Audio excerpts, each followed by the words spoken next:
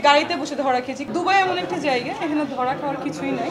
উনি আমার অনেক কাজের ম্যানেজমেন্ট করে থাকেন, আমার সাথে অনেকদিনই কাজ করেন। আমার ফ্যান ফলোয়ার্স, আমার কিছু ফ্রেন্ড সার্কেল আছে, তারা ভেবেছে তাদের এগেনস্টে মামলা করবে। হাসিনা আপু আমার বোন, আমি অনেক আগেই বলেছি ওখানে যাব।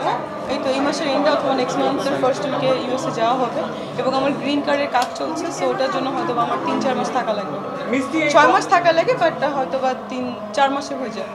হাসিনা আপু আমার বোন, আমি অনেক আগেই বলেছি, she is very close to me. ওখানেও বলেছি। সো কীভাবে যুক্ত হলাম তাকে প্রশ্ন করবেন আমি চলে যাওয়ার পর, কারণ অনেক গরম লাগছে, আমি এখনই চলে যাবো। ছেলে না, ছেলে বলতে কি বুঝে যায়? আচ্ছা, ছেলে বলতে আমি ছেলে বুঝাইছি, জেন্ডার বুঝিয়েছেন। হ্যাঁ, উনি আমার সঙ্গে অলওয়েজই কাজ করেন। কালকেও দেখেছেন অনেকগুলো ভিডিওতে উনি আমার অনেক কাজের ম্যানেজমেন্ট করে থাকেন, আমার সাথে অনেকদিনই কাজ করেন।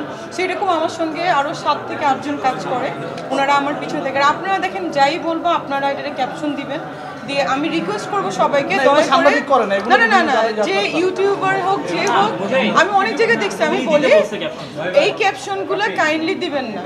মানে কেন দিবেন না? কারণ আমার ইমেজে প্রবলেম হয়। আপনারা দিলে আমার কোনো প্রবলেম হয় না, কিন্তু আমার বাসা থেকে আমাকে বলে এটার একটা প্রোটেস্ট করো।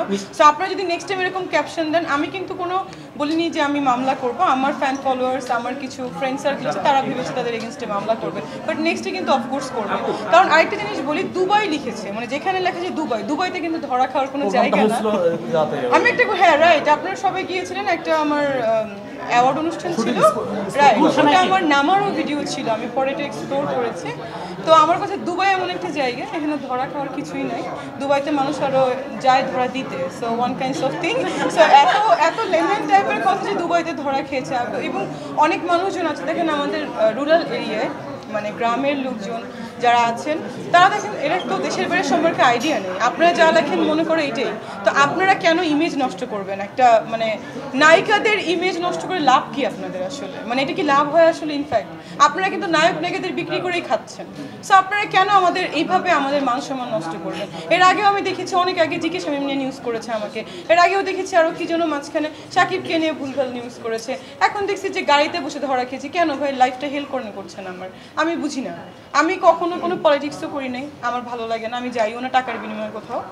আমি তারপরে কি বলে, সেখানে একটা মানে প্রোগ্রামে গিয়েছি, গাড়িতে ধরা খাওয়া, আমার এটা কি ধরনের টপিকস? আমি রিকোয়েস্ট করবো নেক্সট টাইম যে চ্যানেল, ইউটিউব, এনিওয়ান করবে, সেটার আমি ব্যবস্থা নিব না, সেটার ব্যবস্থা যেভাবে হয় আপনারা সবাই দেখবেন।